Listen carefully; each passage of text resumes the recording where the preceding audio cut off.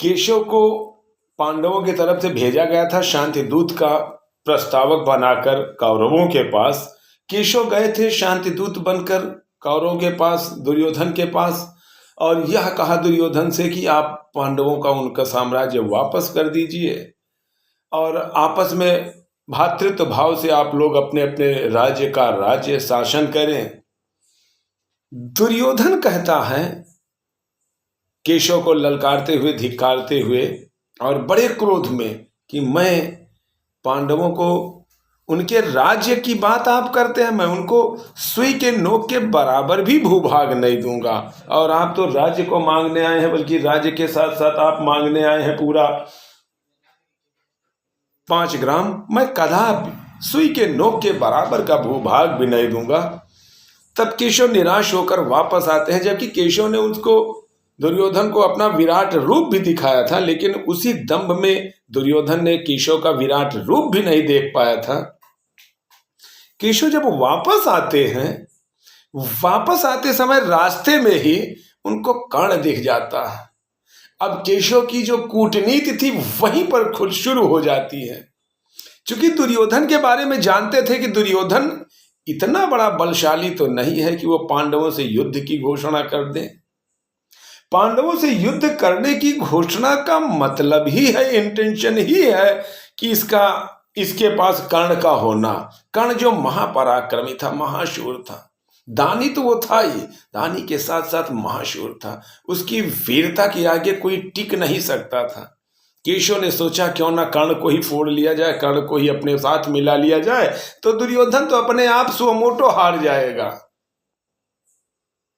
अब केशव कूटनीति के तहत कर्ण को अपने साथ लिवा लेते हैं।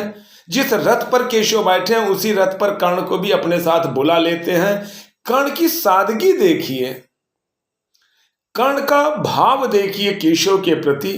कर्ण कहता है, भगवान आप रथ को हाँकते हुए चलेंगे ये मुझे शोभा नहीं देता। रथ पर आप बैठेंगे, ये सही है कि रथ आपका है, लेकिन रथ पर आप बैठेंगे और सारथी या आपका सेवक कर्ण बनेगा। केशव उसके प्रस्ताव को स्वीकार कर लेते हैं। कर्ण रथ हाँकता हुआ चलता है और केशव पीछे बैठते हैं। अब केशव कूटनीति के तहत क्या चर्चा करते हैं, जिसको रश्मिरथी में राष्ट्र कवि दिनकर जी ने अपने 3 सर्ग में किस तौर पर उद्धृत किया है कि भगवान सभा को छोड़ चले, करके रण गर्जन घोर चले, सामने कर्ण सकुचाया सा, आ मिला चकित भर माया सा, हरि बड़े प्रेम से कर धर कर ले चढ़े उसे अपने रथ पर, रथ चला परस पर बात चली, रथ चला परस पर बात चली, शमदम की टेढ़ी घात चली, शीतल हो हरि ने कहा हाय, अब शेष नहीं कोई उपाय, हो विवश हमें धनु धरना है, क्षत्रिय समूह को मरना है, मैंने कुछ कितना सहा नहीं, कहा नहीं, विष व्यंग बाण तक सहा नहीं,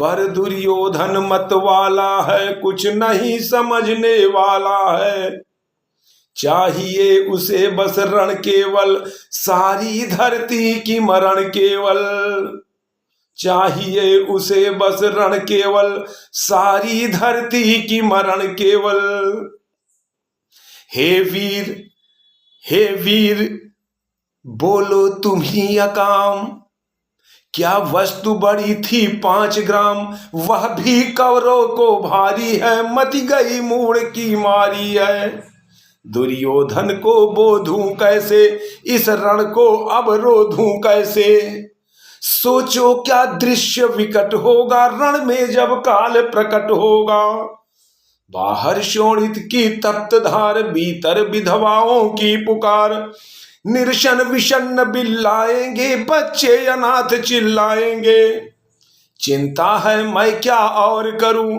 शांति को छिपा किस ओर धरूं, सब राह बंद मेरे जाने, बस एक बात यदि तू माने, तो शांति नहीं जल सकती है, समराग्नि अभी टल सकती है, पा तुझे धन्य है दुर्योधन, तू एकमात्र उसका जीवन, तेरे बल की है आस उसे, तुझसे जय का विश्वास उसे, तू संग न उसका छोड़ेगा, वह क्यों रण से मुख मोड़ेगा। क्या अघटनीय घटना कराल।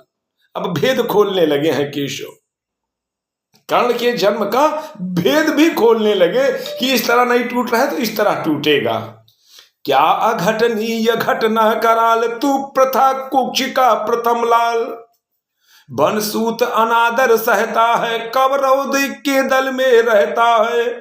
शरचाप उठाए 8 प्रहर, पांडव से लड़ने हो तत्पर। मां का स्नेह पाया न कभी, सामने सत्य आया न कभी।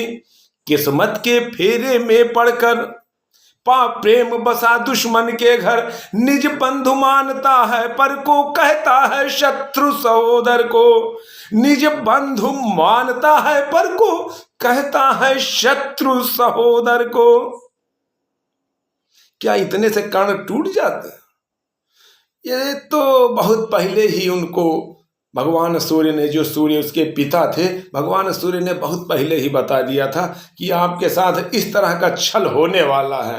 हाँ, आपसे गुजारिश है कि अगर आपने अभी तक चैनल को सब्सक्राइब नहीं किया है तो इस नववाचक को अपना शुभाशीष देने हेतु चैनल को सब्सक्राइब करिएगा और बेल आइकन के बटन को दबाइएगा और वीडियो को लाइक करते हुए शेयर करिएगा। आपका सबका परम साधुवाद।